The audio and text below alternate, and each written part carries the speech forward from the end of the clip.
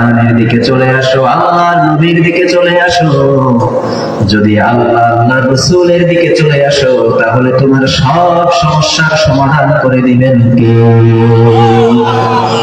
কোরআনের দিকে আসেন, কোরআনের দিকে আসেন, আল্লাহর দিকে আসেন। যে কোনো সমস্যায় পড়ে, সব সমস্যার সমাধান যদি আপনি কোরআন থেকে খুঁজতে থাকেন, তাহলে একটা সময় আপনারা সেই সমাধান দিয়ে দিলেন কে?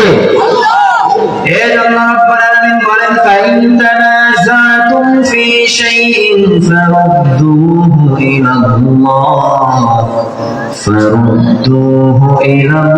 ইলাল্লাহি ওয়ার রাসূল। অন্য কোনো দিকে নয়, আল্লাহর দিকে চলে আসো, আল্লাহর নবীর দিকে চলে আসো, সব সমস্যার সমাধান হয়ে যাবে। আল্লাহু আকবার। ইন কুনতুম তুমিনুনা বিল্লাহি ওয়াল ইয়াউমিল আখির। যতই গলা ফাটায় আর যতই বলি, সবাই কোরআনের দিকে আসবে না। কারা কোরআনের দিকে আসবে?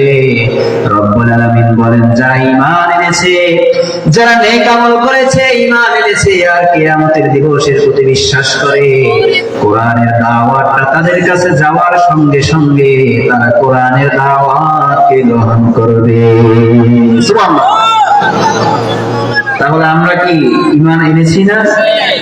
আমরা কি কিয়ামতের প্রতি বিশ্বাস রাখি না? রাখি। আমরা ঈমান এনেছি, আমরা কিয়ামতের দিবসের প্রতি বিশ্বাস রাখি। তাহলে আমাদের কাছে যদি কোরআনের দাওয়াত আসে, তাহলে আমরা কি সেই দাওয়াত গ্রহণ করব না? সবাই বলেন, আমরা কি সেই দাওয়াত গ্রহণ করব না? এজন্য আল্লাহ রাব্বুল আলামিন আমাদেরকে কোরআনের শাসন উপহার দিক। সবাই পড়েন আমিন। আমরা আর নাস্তিকদেরকে চাই না, আমরা আর কোরআন বিরোধীদেরকে চাই না। আমরা এবার চাই কোরআনওয়ালারা আমাদেরকে শাসন করুক। চিল্লায়ে বলতে হবে, ঠিক কি না?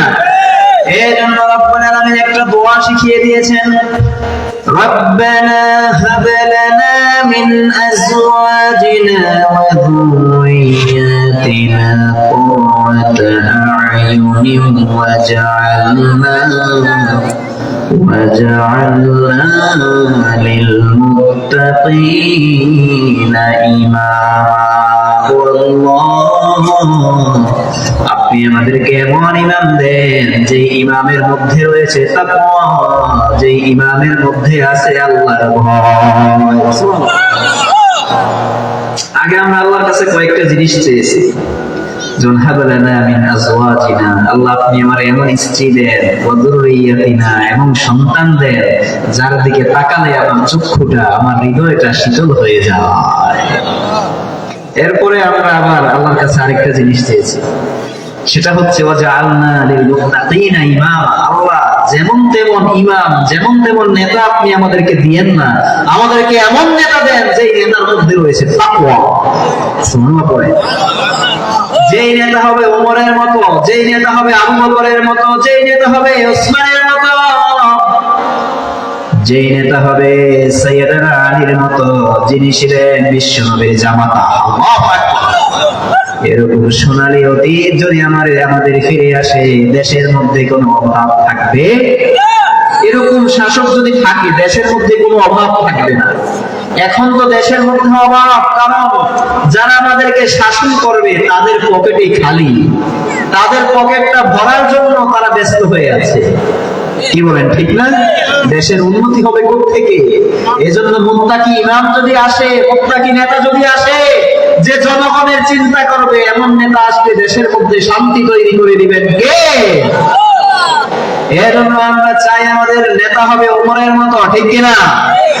দাও খোদা দাও আমায় আবার ওমর দারাজ দিল, দাও খোদা দাও আমায় আবার ওমর দারাজ দিল, দাওয়ালির মতো বীর সেনানি, আলীর মতো বীর সেনানি, জগতে নিখিল, দাও খোদা দাও আমায় আবার ওমর দারাজ দিল, হামজাকে দাও ঘরে ঘরে জীবন দিতে অকাতরে। ঠিক না? হামজাকে দাও ঘরে ঘরে জীবন দিতে অকাতরে। আমার কাবা ভাঙতে এলে, আমার কাবা ভাঙতে এলে পাঠাওয়া বাবিল। দাও খোদা দাও আমায় আবার ওমর দারাজ দিল। দাও খোদা দাও আমায় আবার ওমর দারাজ দিল। চিল্লায়া পড়েন আমিন। ওমরের মতো নেতাকে আমরা চাই কি চাই না? সবাই বলেন চাই কি চাই না? এজন্য ইসলামিক শাসক আসলে সর্বপ্রথম আমাদের উপকার হবে যে এই দেশে কোরআনের আইন বাস্তবায়ন হবে। চিল্লিয়া পড়েন আল্লাহু আকবার। এজন্য রব্বুল আলামিন বলেন فإن تنازعتم في شيء فردوه إلى الله والرسول। যখন তোমরা কোন সমস্যার মধ্যে পড়ে যাও তখন ফিরে আসবে একজনের দিকে, চিল্লায়া বলতে হবে তিনি কে। এক নাম্বার উপকার জেনে রাখেন, খেয়াল রাখবেন, যদি ধর্মীয় শাসক আসে ইসলামিক শাসক আসে, এক নাম্বার উপকার হবে এই দেশে কোরআনের আইন বাস্তবায়ন হবে। এখন আমরা কি কোরআনের আইন চাই কি চাই না? সবাই বলেন চাই কি চাই না? এক নাম্বার। দুই নাম্বার হচ্ছে সমাজের ন্যায়ের প্রতিষ্ঠা হবে, ন্যায় নীতি প্রতিষ্ঠা হবে। এটা কি আমরা চাই কি চাই না? সবাই বলেন এই দেশের মধ্যে ন্যায় এবং ইনসাফ প্রতিষ্ঠা হোক, এটা আমরা চাই কি চাই না? রব্বুল আলামিন বলেন ওয়ালাকাদ আরসালনা রাসূলানা বিল বাইয়িনাতি ওয়া আনজালনা মা'আহুমুল কিতাব ওয়াল মিজানা লিয়াকুমান নাসু বিল কিসত। চিল্লায়া পড়েন আল্লাহু আকবার। আল্লাহ রাব্বুল আলামিন বলেন আমি আপনার প্রতি আমার প্রতি আল্লাহ রাব্বুল আলামিন নবী পাঠালেন। খালি খালি নবী পাঠায় নাই, নবীদেরকে পাঠানোর পিছনে কয়েকটা কারণ রয়েছে। সব নবীদেরকে আল্লাহ এমনি এমনি পাঠায় নাই, প্রত্যেকটা নবীরে আল্লাহ একটা মিশন এবং ভিশন দিয়ে পাঠিয়েছেন। সুবহানাল্লাহ। সব নবীদেরকে একটা টার্গেট দিয়ে আল্লাহ পাঠাইছে। সেই টার্গেটটা হচ্ছে যে এই দুনিয়ার জমিনে ইসলামকে প্রতিষ্ঠা করা। সুবহানাল্লাহ পড়ে।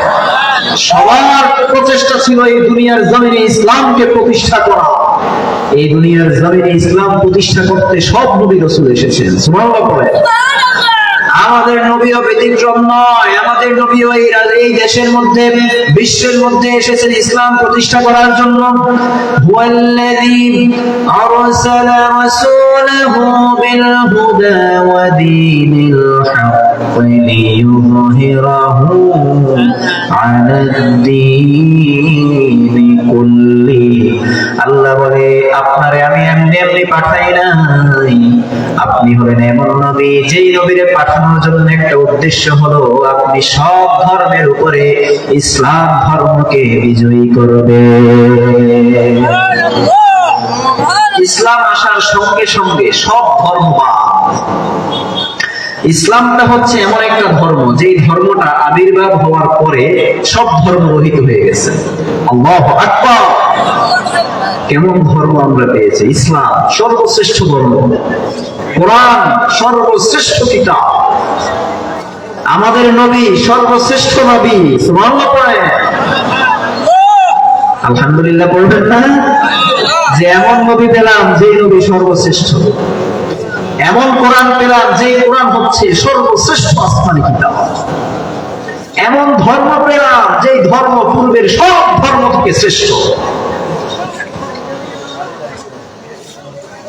এজন্য আমরা রবের দরবারে একবার শুকরিয়া আদায় করে পড়ে নেই আলহামদুলিল্লাহ। সবকিছুতে আমরা শ্রেষ্ঠ হয়েছি, সবকিছুতে আমরা শ্রেষ্ঠ হয়েছি। এমন শ্রেষ্ঠ হয়েছি আমার হাবিবের, আমার নবীর মর্যাদা দেখে অন্যান্য সব নবীরা আল্লাহর কাছে দরখাস্ত করে আল্লাহ নবুয়তের দরকার নাই, নবুয়তির দরকার নাই, আপনি শুধু শেষ নবীর উম্মত, শেষ নবীর উম্মত করে আমার একবার একটু দুনিয়াতে পাঠায়। সুবহানাল্লাহ বলবেন না? কেমন নবী আমরা পেয়েছি যে নবীর উম্মত হওয়ার জন্য বাকি সব নবী পাগল।